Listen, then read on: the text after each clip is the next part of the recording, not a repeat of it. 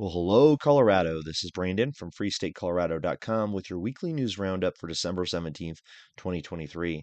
Nearly every week, I take a look at some headlines, news stories, and articles from across our great state.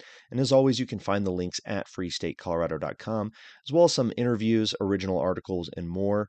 Got a lot coming up here in 2024, everything from in-person events to interviews with our Liberty leaders, and of course, really tracking what's going on during the 2024 legislative session, something I'm very passionate about, trying to hold our legislators accountable, prevent them from infringing on our liberty as much as possible, but also exposing their bad behavior because 2024 is going to be a major election year. So let's take a look at some headlines. If it's the morning when you're watching this, pour yourself a cup of coffee. Let's take a look and see what's been going on here in Colorado. First story I'd like to cover this week is from kdvr.com. You may have seen this. Pretty interesting, pretty sad.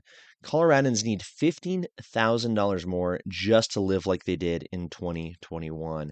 So, of course, rampant inflation. Colorado's been one of the worst in the entire country for these inflationary issues.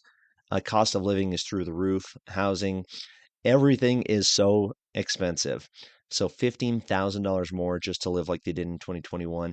This is clearly a failure of our government. Of course, most of the blame has to lie at the federal government for its inflationary policies, printing money out of thin air and increasing the costs on everything, just basic supply and demand, basic economics. An economic analysis by a group of congressional Republicans may have you feeling nostalgic for January 2021. There's not much to miss about that time when many Americans were still out of a job or under stay-at-home orders because of the pandemic, but inflation hadn't yet exploded. The report claims most American households would need to spend an additional $10,000 or more just to afford the same goods and quality of life they had less than 3 years ago. So this is clearly an inflationary period we're going in. A lot of people I know are looking at cryptocurrencies, of course, gold and silver, hard metals, hard assets to be an inflation hedge. It doesn't seem like it's going to end anytime soon, unfortunately. Colorado households have it worst, according to the report. The annual cost of recent inflation for them was $14,995. Yikes. So, of course, we're seeing the skyrocketing costs, 20% state inflation, according to this report. Some of these reports, it's hard to know how accurate they are, but we can all say for certain that life has gotten a lot more expensive. Part of the reason why it's so irresponsible for politicians to try and take away our tax refunds, politicians trying to do everything they can to raise the cost of living and make life more expensive. It is shameful behavior, and the people of Colorado need to stand up against this political class that's making our lives more expensive and more difficult.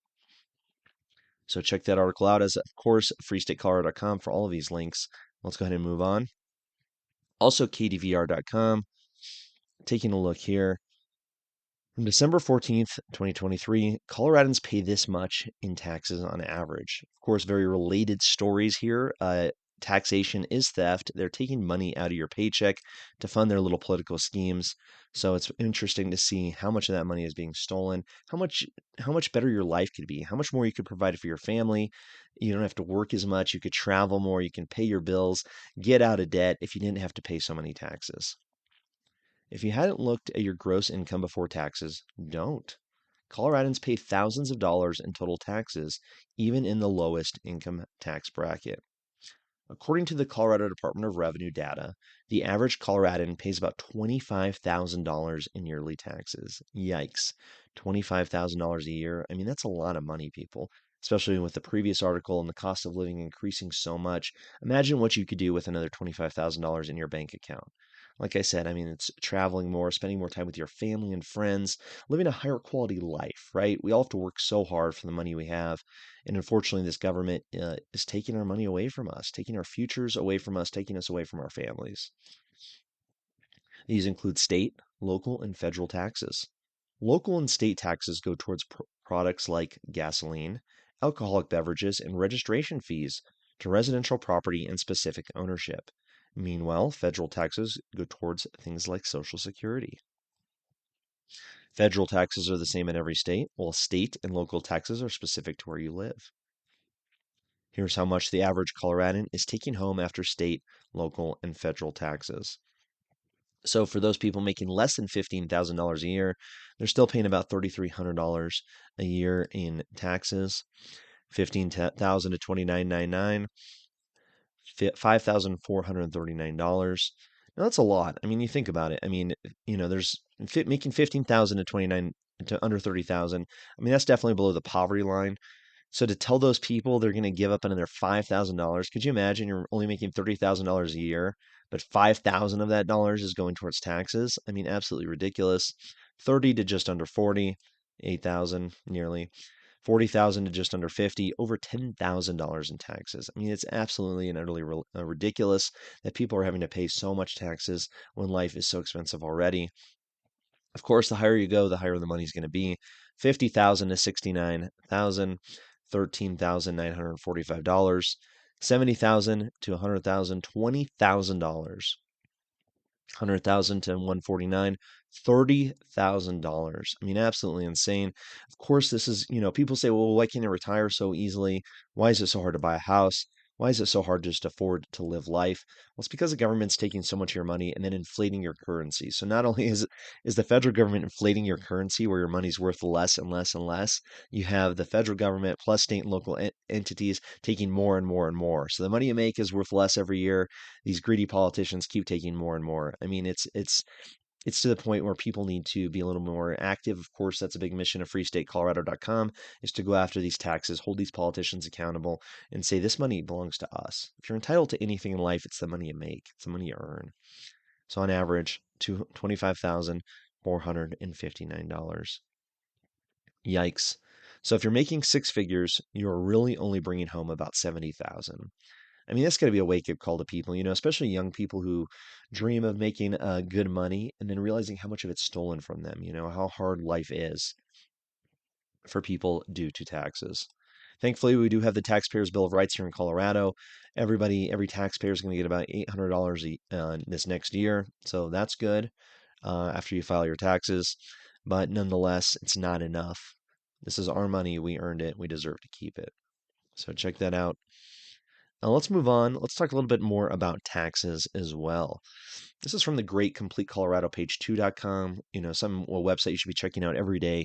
CompleteColorado.com is a news aggregator giving you all the information about what's happening in Colorado. Page 2, some of their original reporting and commentary. One of the article authors there is Armstrong, a mostly libertarian author. Let's see what he has to say about eliminating the property taxes in Colorado.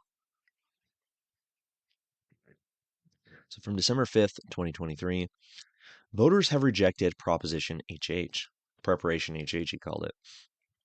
The Democrats in the legislature have ignored the voters' mandate to permanently rein in property taxes without cutting into Tabor refunds, although they did offer some temporary and minor relief.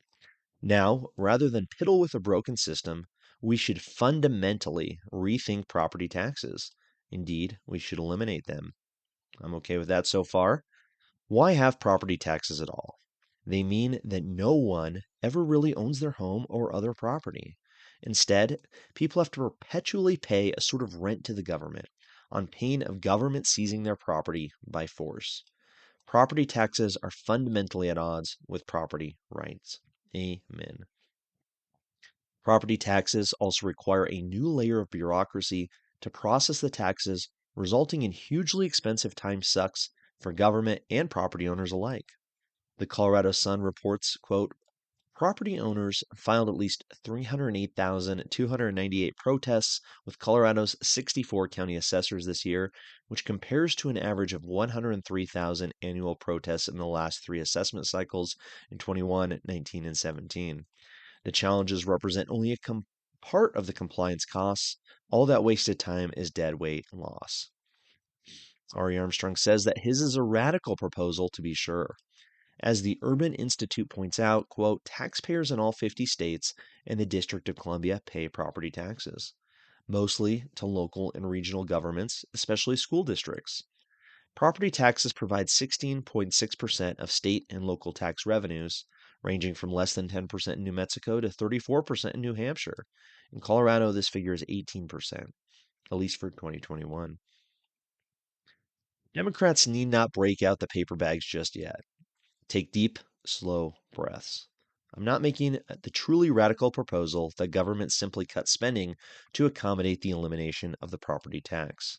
I would be okay with that. Whether various programs should be cut is beyond the scope of this article. Rather, here I'm assuming the government will keep spending the same amount of money on the same programs, only it will raise other taxes in a revenue neutral way. How might that happen? The two other major types of taxes are on income and sales. So, what I'm saying is that we should eliminate property taxes and increase income or sales taxes to backfill the missing revenues. Local and regional governments already collect sales taxes, so it should be no big trick to replace property taxes with higher sales taxes. But I don't like sales taxes either. Not only do sales taxes entail their own bureaucratic compliance nightmares, they tend to be regressive, meaning they disproportionately hurt the less well off. If I could snap my fingers to change tax policy, then I'd eliminate both property and sales taxes, including the idiotic use taxes, and make up the difference in increases in income taxes. Yes, this would mean shifting to local and regional governments collecting income taxes rather than property or sales taxes. But we've already locked into the federal income tax scheme, so piggybacking on the federal system at the state and local levels at least would minimize compliance costs. So, a pretty interesting article from Ari Armstrong there. Go ahead and check that out if you want to read the rest. I really like the idea of eliminating property taxes. Backfilling the government with other property tax schemes might not be the worst idea in the world. It's a little easier maybe to avoid paying some sales taxes. Income tax is tough, but limiting property taxes and allowing homeowners to actually own their home without fear of government confiscation and government eviction if they don't pay their taxes. I guess it's a step in the right direction. I don't know. Interesting article for sure. Let's go ahead and move on. I want to stick with Complete Colorado page 2 here as well because it's very much related. This is from Kathleen Chandler. Local governments must deliver property tax relief, December 13th, 2023. Because Governor Polis has failed to deliver meaningful property tax relief, he's pressuring local governments to do the job for him. Now, only local governments can bail taxpayers out of the property tax mess he helped create. And at least some are getting it done, no thanks to him. Energy, housing, food, you name it. The cost of everything is going up. The large property tax increases that will be locked in for 2024 add insult to injury for Colorado homeowners. Mill levy reductions at the district level can provide the only meaningful relief. Now, if you've been watching the Free State Colorado video series with Natalie Menton, we've been talking about this for months about how to find out how much you're paying to local governments, who you're actually paying to, and how you can have a relationship and get in contact with some of those local taxing entities and what you should be telling them. So check that out, freestatecolorado.com. Property taxes in 2023 is the little subject tag you want to check out. There's also a whole playlist on YouTube. Some local governments are already providing that relief without the need for prompting from the governor. The Tallgrass Metro District, where I serve as president, paid for infrastructure in a community of 800 homes in southeast Aurora. Despite the very modest property tax relief passed by the Colorado Legislature in a special session the week of Thanksgiving, homeowners in our community are facing approximately 40% property tax increases. Wow. We currently have almost $11 million in outstanding debt, or $13,750 per homeowner. Last week, the board nonetheless agreed to lower the district mills from 32.5 to 24.5. We understand household budgets are tight, and as elected representatives of a local government, we serve our residents' interests first. Other local governments can and should follow suit. Here's what that looks like. So, great article from Kathleen Chandler here. She runs the local government project at the Independence Institute, a free market think tank in Denver.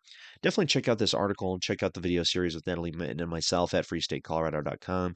But yes, getting involved in your local political system, knowing who your local taxing authorities are, and really having a voice is one of the best ways to be active in the Liberty community and also just to ensure the best quality of life for you and your family possible. Let's go ahead and move on.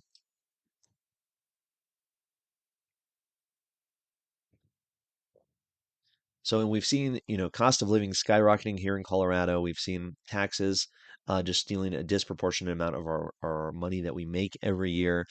We've seen how the government is failing to provide meaningful property tax relief. And now we're seeing that state agencies are sitting on millions in cash in violation of state law. This is from coloradopolitics.com, updated December 12th, 2023. Several state agencies, including the governor's office, are holding tens of millions of dollars in cash reserves in excess of statutory limits as of June 30th, 2023. And several have put on spending restrictions until the dollars are spent down, the Colorado State Auditor announced Monday. State agencies are allowed to keep no more than $200,000 in reserves, the result of legislation from 2015. But some agencies have been holding reserves in the millions, and at least 3 agencies have been out of compliance for a decade or more since 2001, although that noncompliance might not be for consecutive years, according to the auditor's report. Yikes. The 7 agencies out of compliance are the Department of Early Childhood. Let's abolish that. How about that? Office of the Governor, shame on Governor Polis for stealing and holding on to our tax money that does not belong to him. The Judicial Department, of course, no end to the level of insiderism and corruption that we've seen all the time this last 2 years. Department of Local Affairs, come on, Dola. Department of Public Health and Environment. Now, that should have been shut down after the whole COVID fiasco. The Department of Regulatory Agencies, DORA, the bane of pretty much all business owners and entrepreneurs' existence in Colorado, and the Department of Revenue, DOR as well, also is taking away our money through licensing schemes. The total amount exceeding the state's legal limits is $48.5 million, $32 million more than a year ago, according to the audit released Monday by the Legislative Audit Committee. Since cash fund fees are considered part of Tabor revenue, excess cash reserves contribute to the state potentially exceeding Tabor limits in a given year, said Gina Faulkner, an audit supervisor. For fiscal year 2023, the state exceeded the Tabor cap by $3.6 billion, according to a September 1 letter from the Office of the State Controller. That's the amount that will be available for Tabor refunds in 2024, paid out through 3 mechanisms: the homestead property tax exemption for seniors and veterans, a temporary reduction in the state's income tax rate, and a 6-tiered sales tax refund based on income. For 2024, however, the sales tax refund will be replaced by a one-time equalized Tabor refund through legislation adopted in the recent special legislative session, which we saw is going to be about that $800 this coming year for every taxpayer. So check this out. I mean, this should be making major headlines. There should be lawsuits. There should really be a pushback against these state agencies who are just holding on to our money, hoarding it instead of giving it back or, not collecting it in the first place. I mean, it's the problem with government, right? We see these stories all the time. These government agencies have more money than they know what to do with, more money than they need, and they keep asking for more and more every year. Well, if the state legislature actually cared about the people of Colorado and the taxpayers, they would hold these state agencies accountable, lower their budgets, strip them of this money, and let's restore some faith in the government. We'll see if that ever happens. Let's go to move on. So, of course, one of the big issues people in Colorado are complaining about is this high cost of living, and of course, part of that is the high cost of rent. Well, of course, the state government is making it harder to rent out in Colorado. Apartment building owners are suing Colorado over large building energy mandate, updated December 11th, 2023. Zoom in a little bit here. Apartment owners have filed a lawsuit in Denver District Court to stop Colorado's mandate to reduce energy consumption for large buildings.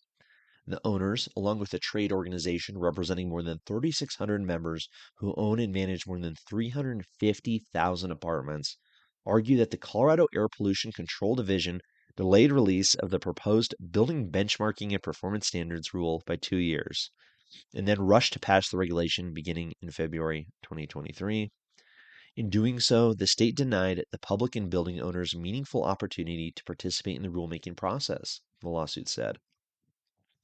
The regulation requires owners of all buildings larger than 50,000 square feet in floor area to make changes or improvements to those buildings to achieve a 7% reduction in energy use by 2026 and a 20% reduction by 2030 from a 2021 benchmark for a specific building. The regulation doesn't specify how building owners must achieve these goals. Polis administration officials declined to comment on the lawsuit. Building owners and management companies said that what the rule amounts to is a mandatory electrification requirement given the difficulties in adding things such as insulation or high performance windows or other energy savings that building owners may have already done. Older buildings, they said, face other problems such as asbestos, which would require tenants to move out during renovations. Critics also said renovations that meet the initial 7% reduction by 2026, just 26 months away, may be impossible to achieve due to planning, permitting, and supply chain issues. Well, there you go. I mean, we've seen this story before, right? There's an issue with housing. There's an issue with apartments. Rent is too high. The government's telling these apartment owners, you got to do what you can to not evict people, to lower rents, this and that.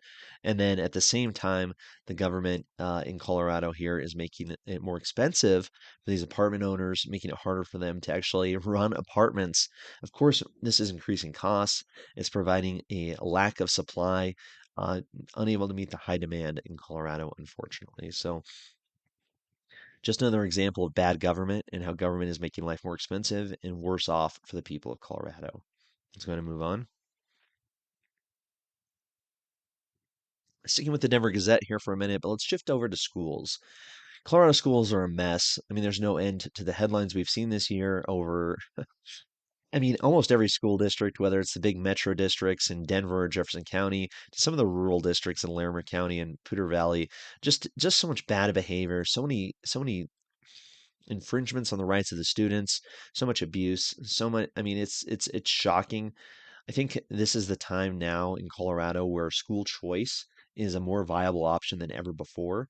Since COVID, parents have seen how bad these schools are, how much they're wasting time, how much they're focusing on indoctrinating kids. Kids are being abused, kids are getting access to drugs, there's bullying, there's no end of problems in these government schools, and these problems are not being solved.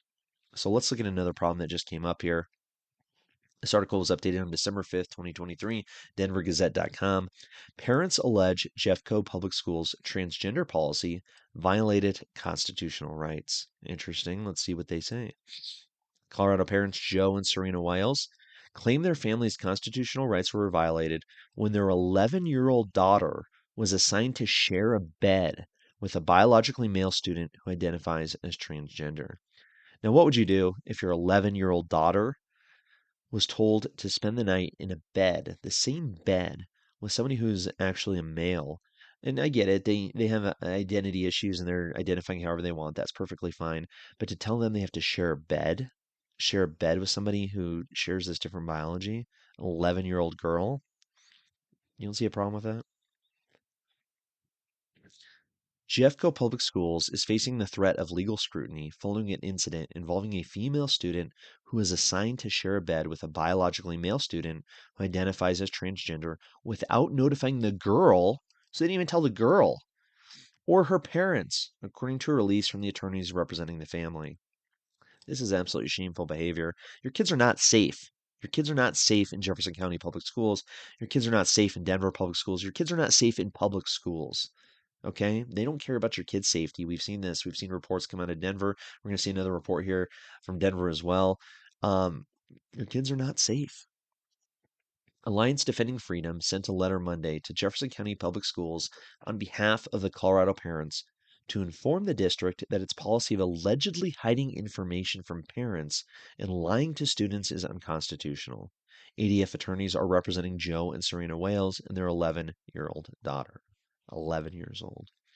The Alliance bills itself as the world's largest legal organization committed to protecting religious freedom, free speech, the sanctity of life, marriage, and family and parental rights.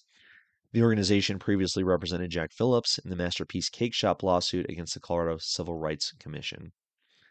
The letter addressed to Superintendent Tracy Dorland and the Jeffco Public School Board outlines an incident which took place during a fifth grade cross-country trip this past summer and expresses concerns over the district's overnight rooming policy.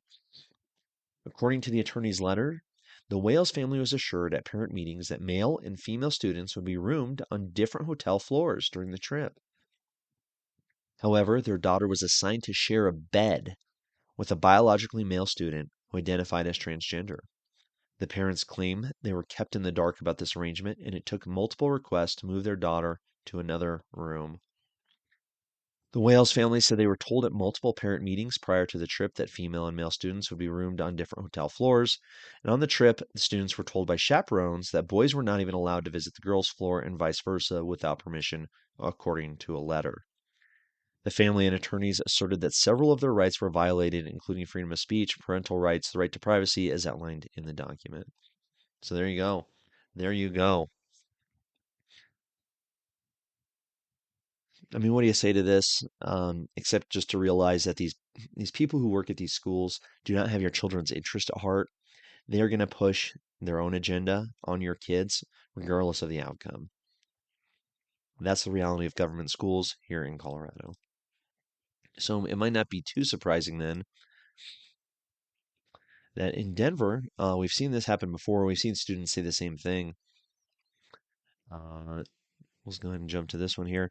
Colorado poll finds voters skeptical of college, more supportive of career education. Yes, of course. So some of these colleges have totally failed in their mission to provide kids a good opportunity for a career, right? This is from December 5th, 2023, Chalkbeat, Colorado on CPR.org. No surprise there. I mean, if kids can learn actual skills, learn how to actually fix things, work on things, gain some value, then that's oftentimes better than going to these schools that don't really teach the kids anything. It's more important for Colorado schools to prepare students for the workforce than to prepare them to attend college. That's the opinion of more than 60% of respondents in a recent poll of education attitudes among Colorado voters. Magellan Strategies surveyed a representative group of 1,550 Colorado registered voters in September. The survey has a margin of error of 2.5%. Now, of course, this matters because if there's going to be a ballot initiative for school choice or giving kids better options for education, talking to registered voters is an important part of that, of course. Magellan Strategies has done regular polling about education attitudes for several years. This is the first time the firm has included questions about CTE in higher education attitudes. Respondents cited the high cost of college and questioned how useful college is to helping graduates get jobs, even though the majority of the respondents had a bachelor's degree or higher themselves. Registered voters as a group have higher education and higher income levels than the general population. Magellan Strategies CEO David Flattery said some Republicans and conservatives brought up ideological concerns, such as colleges being hotbeds of woke thinking. But across the political spectrum, respondents wondered about the value of higher education, sometimes citing their own experiences of high student debt and low paying jobs. Others worried about increasingly sophisticated artificial intelligence systems doing away with jobs. You can feel that skepticism about the availability of white-collar job at the other end, David Flattery said. Magellan's findings echo those of a national poll of Gen Z students earlier this year that also found growing skepticism among young people of the value of a four-year degree.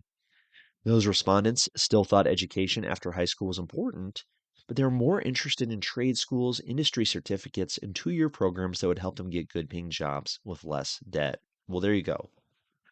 Can't agree more. You know, if there's something out there to say, hey, you're going to get a good paying job and have less debt, who can be against that, right? We don't need the programs that these universities have been offering. We've seen all these protests, this dangerous environment for a lot of these colleges here in Colorado where there's less value than there's ever been. So, you know, getting good paying job with less debt, I think that's going to be the future of higher education, hopefully here in Colorado. Hopefully we can be a leader in it, and we'll see how that goes. Sticking with the education just for a little bit more, let's jump over to Denver Public Schools, December 14th, 2023, also denvergazette.com. Cost of taxpayer-funded travel by Denver Public Schools superintendent remains murky. So if you've been watching politics or involved in school boards or local government, you'd probably see some of these expensive, outrageous travel bills that taxpayers are forced to pay so that their little leaders, these representatives like this superintendent, can travel all around the country, maybe even travel all around the world. So updated December 14th, 2023. There's a little smirk from Alex Moreo, Denver Public Schools superintendent. In his first 18 months on the job, Denver Public Schools Superintendent Alex Moreo spent more than $16,000 on travel-related expenses, more than his four predecessors combined, based on 5 years of records reviewed by the Denver Gazette. But that number likely understated his total travel expenses. $16,000 of your taxpayer money, money that's supposed to go to giving kids a better education, helping kids succeed in life. So this guy can travel around the country more than his four predecessors combined. A review of Moreo's expenses shows he has traveled to multiple out-of-state locations to attend speaking engagements and national conferences that included trips to California, Florida, Texas, Georgia, Oklahoma, Tennessee, Washington, D.C., and Puerto Rico. So absolutely and utterly shameful behavior from Denver Public Schools superintendent who's taking our taxpayer money so that they can travel around the country. This isn't just happening with the superintendent. Like I said earlier, we see these stories all of the time coming up in local governments where your local little mayor of Arvada travels somewhere across the country to some amazing conference because they're so wonderful. This needs to be reined in. People, taxpayers, watchdogs, voters need to be really watching how money is being spent by our political class and tell them no. Tell them no, this money is enough. We've seen how expensive life is here in Colorado. They don't deserve, they don't get to spend money unnecessarily like this. So, sticking one more time here with Denver Public Schools. Denver's teachers concerned about safety training survey finds. This is December 14th, 2023, denvergazette.com. Yeah, I mean, students we saw earlier this year kind of was talking about how dangerous Denver public schools are. Kids don't feel safe there. Parents don't feel safe sending their kids to these schools. It's everywhere across Colorado. And the teachers don't feel safe either. They're concerned about safety. They're concerned about training. Nearly half of surveyed Denver public schools teachers said their campuses lacked a detailed safety plan that staff was familiar with, according to a Denver Classroom Teachers Association survey released Wednesday. But that is a significant improvement since the teachers union surveyed members in the spring after the March 22nd shooting at East High School that injured two administrators and shook the community. At the time, 70% of educators said their campuses did not have a safety plan. So there you go. So one of my big arguments there is that school choice is not just better for children. It's not just better for the students to get better opportunities to maybe learn a trade, to gain some of their valuable skills, to be a little safer.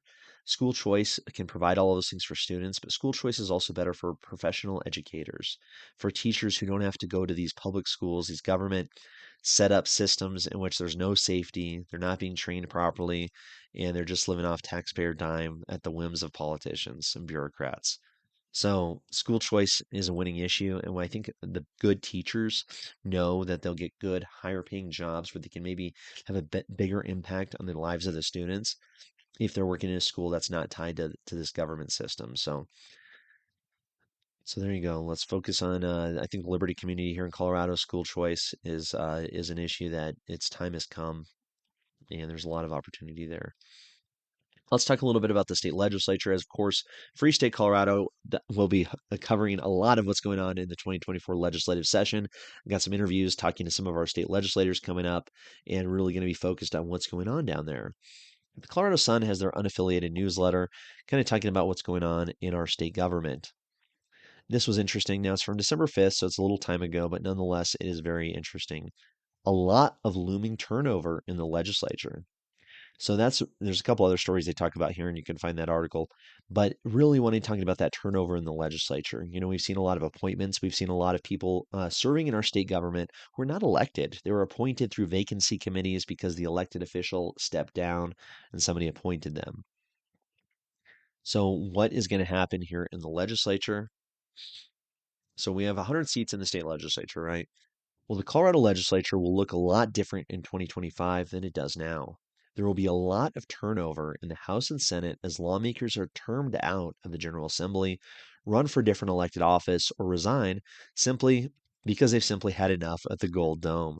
So there's 8 years, the term limits. So that's, 4 2-year terms in the state House, 2 4-year terms in the state Senate. So you got 8 years if you want to be in the state legislature, and a lot of these seats are going to be out. A lot of these people are going to be out.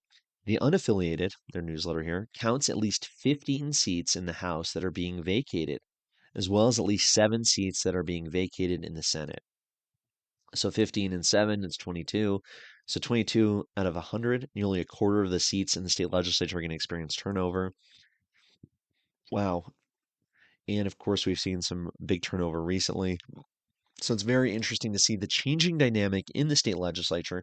I see this as an opportunity. I think the Liberty community can have a bigger impact and bigger input with this kind of turnover. New legislators coming in don't necessarily have the experience or the understanding of the nuances of Colorado state law. So the Liberty community can kind of provide some guideposts to help them navigate where we're going here. At the start of the 2023 legislative session, there were 32 lawmakers who were brand new to the 100-person General Assembly, 42 who were serving in the chamber for the first time. That dynamic certainly had an effect on the way the Capitol functioned, or didn't, yes.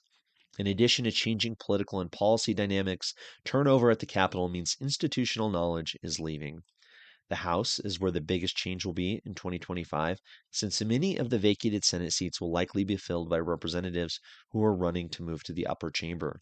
The 19-member House GOP caucus will look particularly different.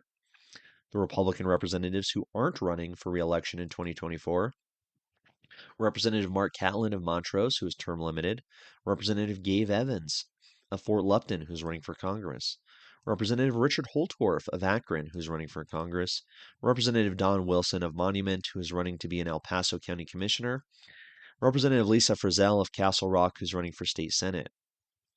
House Minority Leader Mike Lynch of Wellington is also expected to launch a congressional bid in the coming weeks and not run for re-election to his state House seat. In the House Democratic Caucus, here's who is departing: Representative Judy Amable of Boulder, who's running for the Senate; Lindsay Doherty of Arvada, who's running for the Senate; Krista Gray Kennedy of Lakewood, who is term limited, thank goodness; Leslie Herod of Denver, who is term limited, good to hear; Barbara McLaughlin of Durango, who is term limited; David Ortiz of Littleton, who isn't running for re-election, get that creep out of there; Mike Weissman of Aurora, who is term limited and running for a Senate seat; oh gosh, Mark Snyder of Manitou Springs, who's running for Senate; Kathy Kipp of Fort Collins, who's running for Senate. Yikes. There will also be a replacement announced in the coming weeks for Representative Ruby Dixon of Greenwood Village, who's resigning December 11th, so already resigned, after less than 1 year in office because of sensationalistic and vitriolic political environment. In the Senate, we're going to see Steve Fenberg, term limited; Rhonda Fields, term limited, running to be an Arapahoe County Commissioner; Bob Gardner, term limited; Kevin Priola, term limited, thank goodness; Jim Smallwood, term limited; Joanne Ganal, term limited; Rachel Zenzinger, term limited, running to be a Jefferson County Commissioner, gag; Senator Kevin Van Winkle of Highlands Ranch is running to be a Douglas County Commissioner. If he loses, his term in the Senate isn't over until early 2027. Of course, some of the primaries that's going to be faced with some of the most radical members of the state legislature. For example, State Representative Tim Hernandez of Denver is facing a primary challenge from Cecilia Espinoza, a former immigration judge in House District 4. State Representative Elizabeth Epps does have a primary challenger since this article has come out. On the Republican side, there's an effort underway to primary Anthony Harstook of Douglas County. Some of the biggest representatives who can lose their seats: Jennifer Parenti of Erie, that's a big one to lose; Stephanie Vigil of Colorado Springs, get her out of there; Bob Marshall of Highlands Ranch, not as bad as I was expecting, but nonetheless love to see him lose; and Mary Young of Greeley. Of course, that lady is a total witch. In the Senate, Chris Kolker of Centennial, Cleve Simpson of Alamosa, and Perry Will of Newcastle will run for re-election in toss-up districts that were redrawn during the 2021 redistricting process. So there we go. It'll be very interesting to see where this goes in 2024. The turnover in the State House, the State Senate, provides an amazing opportunity for the Liberty community. So stay with us. FreeStateColorado.com is going to be really focused on having some influence. Let's move on. Sticking with the legislature, so the special session saw a property tax task force. This combination of bureaucrats, a committee of these interested parties who are going to somehow provide, long-term solutions to this property tax issue. Don't have a lot of hope that they're going to be successful, of course. From ColoradoPolitics.com from December 7th, 2023. Jared Polis, lawmakers appoint members to group tasked with solving Colorado's property tax woes. Governor Jared Polis and legislative leaders picked appointments to a 19-member group tasked with figuring out a long-term solution to Colorado's property tax woes. Legislation from recent special session, which sought to offer relief from soaring property taxes, created the task force. Polis announced his picks on Tuesday, while lawmakers announced their appointments on Wednesday. Under House Bill 23B 1003, the Commission must convene by the week of December 18, 2023, since this upcoming week, with its initial report to the General Assembly and Governor due on March 15, 2024. Also, under the legislation, the task force members are meant to represent specific geographies and interests. Senate President Steve Fenberg appointed the following: Senator Chris Hansen of Denver, Jefferson County Commissioner Andy Kerr. Kerr wants to abolish the Taxpayer Bill of Rights. Kerr is a guy who wants to steal more of our tax money. Bad guy. Kevin Vick, Vice President of the Colorado Education Association. Wow, so that's your teachers' unions right there. Of course, that's who Fenberg would pick. Julie McCluskey appointed the following: Speaker Pro Tem Chris DeGray Kennedy. He's one of the authors of Proposition HH, that terrible, terrible bill. So not happy to see him there. Summit County Commissioner Tamara Pogue, a county commissioner representing the mountains, also a Democrat. Jonathan Kapelis, Executive Director of the Neighborhood Development Collaborative, an organization that advocates for low-income people, seniors, and renters.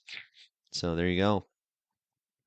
So you can read through this. It is interesting. These task force, these committees are an interesting part of our state government.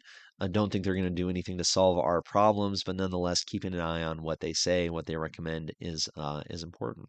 Let's go ahead and move on. Homelessness continues to be a major issue, of course. It's not going away. DenverGazette.com updated 20 hours ago, originally from December 16, 2023. Denver rents out entire hotel in Aurora for immigrants, kicking out previous residents. So there you go. This immigration issue has gotten so bad that people who maybe are staying in hotels they have low income, or that's the only place they can spend the night, getting kicked out. Aurora resident Joe Saceda was living with his dog and partner in a hotel in Aurora for about a year when he learned he could no longer renew his lease for the next week. With nowhere else to go, Saceda moved his family into a car and turned the ignition on in the middle of the night to stay warm. It was hard. Saceda told the Denver Gazette, "I had my partner and my dog, my family, living in a car." It turned out Denver wanted the hotel's rooms to house an influx of immigrants who arrived in the city just as temperatures plummeted. The latest surge of immigrants is straining city resources, forcing Denver to pause discharging people from shelters and to allow families to stay longer under the city's care. Saceda's story offers yet another dimension to the border crisis that has been spilling into America's interior cities, such as Denver. Under pressure to provide humanitarian aid, Aurora's neighbor is scrambling to find places to house the immigrants, at the expense, it appears, of people like Saceda. Saceda said what frustrated him was the hotel's previous residents were not informed earlier they would have to move out. Aurora and Denver officials knew about the arrangement. So there we go. I mean, we're seeing a crisis. We're seeing a lot of issues here where people are coming to Colorado. They don't have a place to stay. They're living on the streets. The state government, of course, local governments are not providing great solutions. They're shuffling people around, kicking some people out of hotels to put other people in them. I mean, it's not a tenable solution. And unfortunately, Colorado seems to be worse off than most other places. Moving on. Axios.com, December 15th, 2023. Federal data shows sharp rise in homelessness in Denver. Yikes. The number of people experiencing homelessness in Metro Denver grew by 46% from 2022 to 2023, outpacing all major metro areas except for Chicago. Every metro area in the country, Denver is having the worst increase in homelessness. Denver ranked fifth among major metro areas with the most people experiencing homelessness, with 10,054. New York City topped the list with 88,000 people. Families with children who experienced homelessness grew in Metro Denver by a staggering 117%, the highest percentage growth in the country among major metros. So, of course, we're seeing the homelessness population increase, and part of it is migrants. We've seen Texas dropping off busloads of migrants into Denver, Thousands of them. Thousands of people are being pushed into Denver from the southern states, from the border states, creating this massive issue where homelessness is just skyrocketing, and it's a bad situation out there. So interesting to see what the solution might end up being. Let's go ahead and move on. Denver7.com ballot initiative wants to remove marijuana use as a disqualifier for concealed carry permits. I think that's a great idea. This is from December 15th, 2023. In November 2024, Colorado voters could decide whether marijuana use will continue to prevent applicants from receiving concealed carry permits. Guns for Everyone, awesome group. A pro-gun rights organization that trains for concealed carry permits and opposes gun restrictions has begun the process of putting the question as an initiative on the ballot next year. It will have a hearing before Colorado's Legislative Council staff on Tuesday.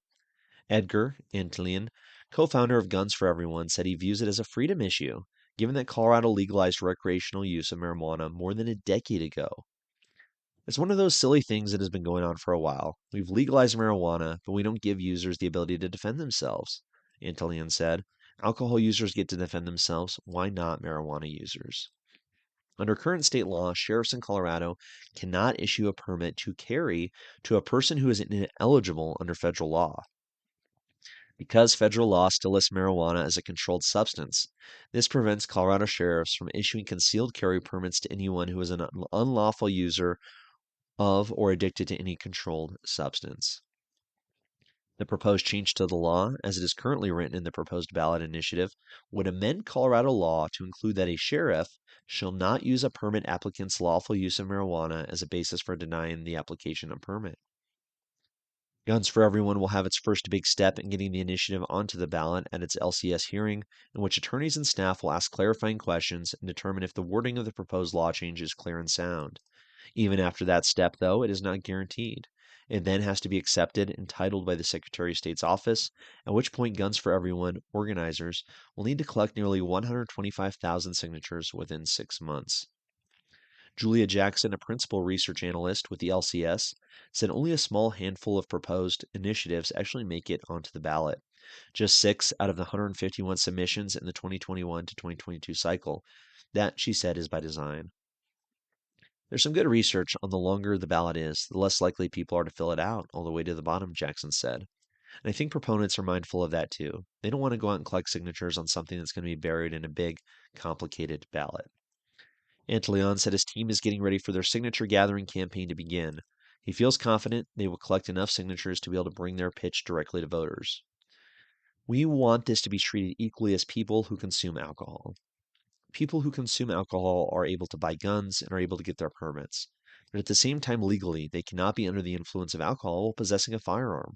And pot users kind of want the same thing. So thank you, Edgar, for all your hard work on this issue. I think updating Colorado's concealed carry permit laws, of course, I think we should have constitutional carry in our state, but nonetheless, removing marijuana use as a disqualifier is a good step in the right direction. All right, let's move on. December 15th, 2023, Complete Colorado, page 2. Governor Polis' land use takeover disregards how people want to live. This is from Randal O'Toole. First in a series of Governor Polis's Roadmap to Colorado's Future 2026. So this is going to be a very good series, kind of countering what the governor's agenda is going into the future through the rest of his term as governor and what he's trying to accomplish here. Of course, we saw last year zoning issues, land use issues. Governor Polis was trying to force high density housing into communities, suburban communities all across Colorado who don't want it.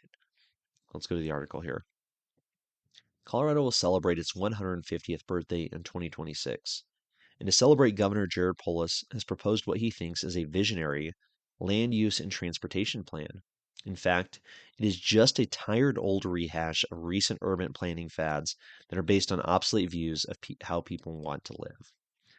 The plan is partially a repackaging of a bill the governor promoted in the last session of the state legislature that would have given cities housing targets and required them to build more multifamily housing to meet those targets. The bill was defeated thanks to strong opposition from city governments that didn't want the state to preempt their zoning powers, but that didn't sway Polis. The plan also includes a passenger train from Fort Collins to Pueblo and eventually Cheyenne, Wyoming to Albuquerque, New Mexico, plus various other public transit projects. Such projects would be supported by numerous 4- and 5-story apartment buildings, often known as transit-oriented developments, even though there isn't much evidence that they boost transit ridership. Since 1992, the Denver region has spent more than $10 billion, adjusted for inflation to today's money, planning and building 60 miles of light rail lines and 50 miles of commuter rail lines. The region has also used hundreds of millions of dollars of tax increment financing and affordable housing funds to subsidize the construction of scores, if not hundreds, of so-called transit-oriented developments in the Denver metro area. Transit boosters claim these programs are a great success. The numbers say different. Census data show that 4.68% of the region's workers commuted by transit in 1990 before any rail transit existed. As of 2019, this has increased to 4.79%. A tenth of a percent increase in transit's share of commuting hardly constitutes a great success for a program that cost well over $10 billion. Our roads are falling apart, people. There are potholes destroying our vehicles. They've been able to increase the amount of transit by 0.1% and only at the cost of $10 billion, where our roads are deteriorating, crime is out of control, and the homeless population is skyrocketing. Check out this article. It is good to see Randal O'Toole actually standing up for uh, Colorado towns and cities and suburban areas, Colorado homeowners really, who do not want to see high density housing and mass transit in their neighborhoods. I don't know about you, but I do not want my suburban community to become like downtown Denver. And I think, people paying attention to pushing back on forced mandates for zoning and housing from the state government needs to be a priority for people going forward. Last article of the week here from CPR.org, CPR.org, CPR News. Colorado sets new regulations on gas-powered lawn tools. Clean air advocates say they don't go far enough. Of course not. It's never enough. December 15th, 2023. Colorado regulators gave preliminary approval to new limits on gas-powered lawn and garden equipment on Friday. But the rules fall far short of ambitious proposals pushed for by some local governments and air quality advocates. After 3 days of tense debate, the Air Quality Control Commission, an 8-member panel appointed by the governor, abolish it, gave its initial blessing to rules to restrict public entities from using smaller gas-powered tools, like lawnmowers, leaf blowers, trimmers, and chainsaws during the summer starting in 2025. The new rules apply to local governments and school districts along the Front Range and all state-owned properties. The state will now make line edits ahead of the final vote in February. At the same time, the commission scuttled a proposal to ban Front Range retailers from selling handheld gas-powered tools. Thank goodness. It also decided against placing any new regulations on commercial landscapers. So, we're going to see this. Anything that's powered by gas and oil, anything that's powered by the most efficient use of technology that humanity has discovered is under attack from these state regulators, these commissions, these committee members who want to totally regulate our entire lives. This includes our gas-powered vehicles. Be prepared to see more attacks on our gas-powered vehicles going forward.